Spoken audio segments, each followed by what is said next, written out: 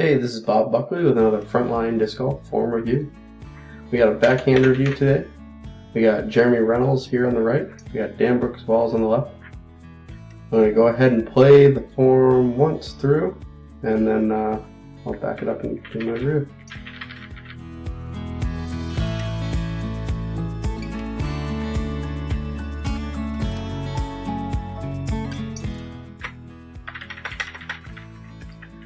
Alright, so first thing I'm going to tell you is that I slow these both down and I try to match them up as best as I can. Your form, or your throw, takes 1.5 seconds from the start to the finish.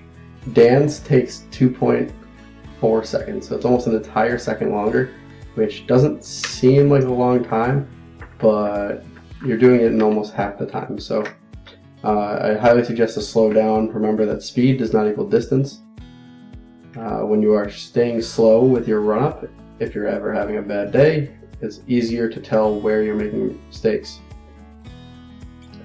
So, in order to be accurate and consistent in disc golf, we want to be able to be repeatable and consistent.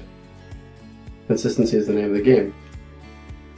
You step up to the shot. I cut it out because it was added onto it, but we didn't need it. But you swing the disc back and forth 5 times before you throw, and it's just unnecessary movement. Less movement is more repeatable. So I would take that right out of your throw. I like to see people start with the disc up by their chest. You have it down here by your waist. We'll get more into that in a second though.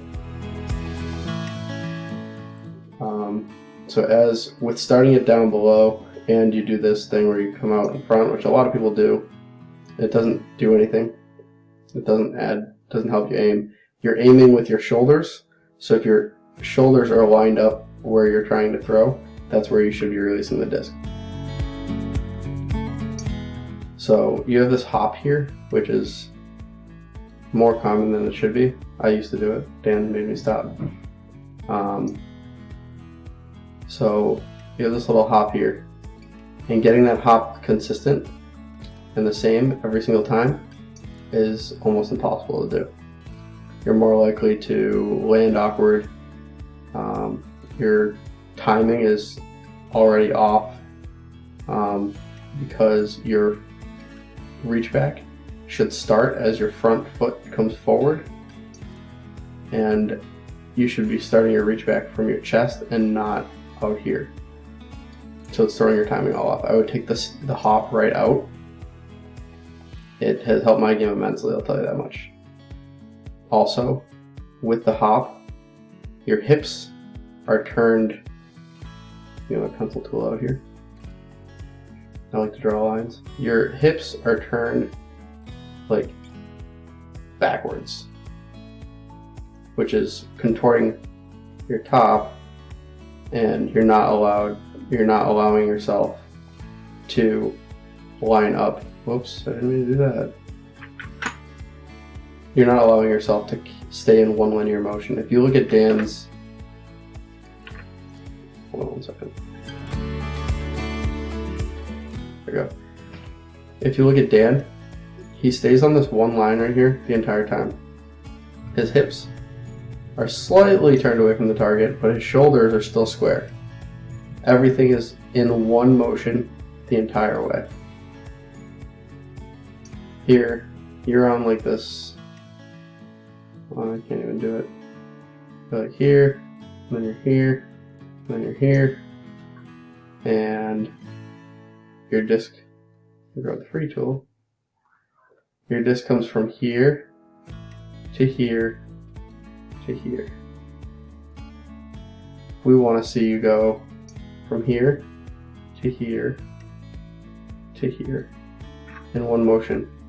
That way you're throwing all in a line directly at your target. Like I said, disc out in front of you causes the disc to travel more before you release, and again, less movement is better. You do what I call a swing back and not a reach back. So you come from here, like I said, you come out over here, and then you pull through this way. You actually don't. You go this way, and then you curl here, and then you come this way. And again, getting that the same every single time is nearly impossible. So we want you to have the disc here, reach, did it again. Reach back, and then pull through. Stop curling your wrist. We want to see you, let me get to that point. See, this is what I mean by your swing back. So you're swinging down, and then you get to your reach back. But your reach back is you're curling. So you're curling your wrist here. We want to see you with your shoulders are at a decent angle. I think you should stand up a little bit more. But we want to see your arm out here with the disc here. That way, that's going to allow you to get the most, or use your body as the best catapult that can be. As you're pulling through, and this is part of the whole curling thing, is because you're throwing with your arm, not your entire body. So you have to, in order to throw that way, you have to open up your shoulders early, and the disc is coming out early, and it's not allowing you to get into the power pocket. So what the power pocket is this thing right here. I tell people to pretend that there's a glass window right here. You're trying to break that glass window with your elbow. So as you can see here, Dan would have broken the glass window. If we go to this point in your form,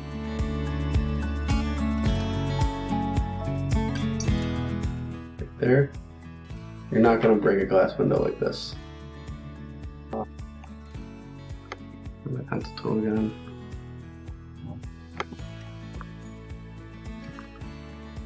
So if we have this glass window right here, you'd have to drive that elbow through that glass window in order to break it. What we want to see is your elbow coming out this way, getting out away from your body, and then your arm in here with the disc tucked in here. That's your power pocket. That's going to allow you to get, this is where your spin comes from. So you're back here, rotating or curling your wrist to get spin on the disc. This is where the spin comes from. That's because you're getting this disc in here, and then as you come out, the disc spins. Alright, moving on.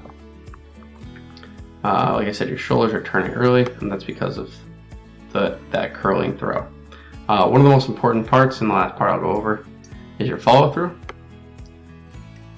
because it's almost non-existent. You let go of the disc, and then you come through, and you just stop. And now Dan's video is going to end. I kept yours going because I want you to see the follow through. You just stop your hand, and then there's nothing. So we want to see you coming back all the way and really getting